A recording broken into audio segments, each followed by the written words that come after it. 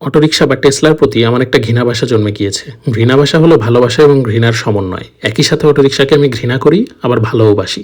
কেন ভালোবাসি সেই ব্যাখ্যায় আর গেলাম না। যাই হোক, বের হয়েছিলাম একটি জার্সি কিনতে। চলুন শুরু থেকে শুরু করা যাক।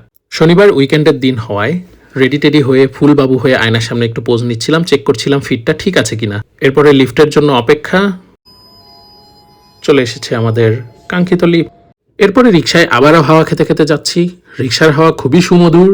একে তো বৃষ্টি হয়েছে, বাতাসে তেমন কোনো ধুলোবালি নেই। এভাবেই অটোরিকশায় হাওয়া খেতে খেতে পৌঁছে গেলাম আমার শখের প্রিয় জার্সির দোকান, যেখান থেকে আমি আমার সবথেকে বেশি পরিমাণ জার্সি কিনেছি সোফার, সেই প্রিয় জার্সি ফ্রিকে। জার্সি ফ্রিকে ঢুকে দেখি মারাত্মক লেভেলের ভিড়। সামনে ওয়ার্ল্ড কাপের কারণে মানুষজন ধুমায়া জার্সি কিনতে আসছে।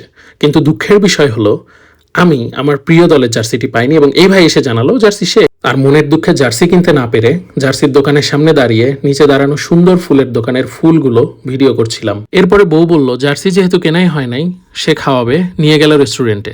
রেস্টুরেন্টে গিয়ে দেখি এলাহি কারবার। চমৎকার রেস্টুরেন্ট, দারুণ সব ইন্টেরিয়র, আর অনেক মানুষ। যদিও মানুষ আমার অতটা পছন্দ না, তবে কি আর করার, যেহেতু বউ খাওয়াচ্ছে, ফ্রি খাওয়া তো আর মিস করা যায় না। আর খাবারের অপশন হিসেবে বউ অর্ডার করলো fish and chips, chicken fry আর Mexican beef salad. It was not bad.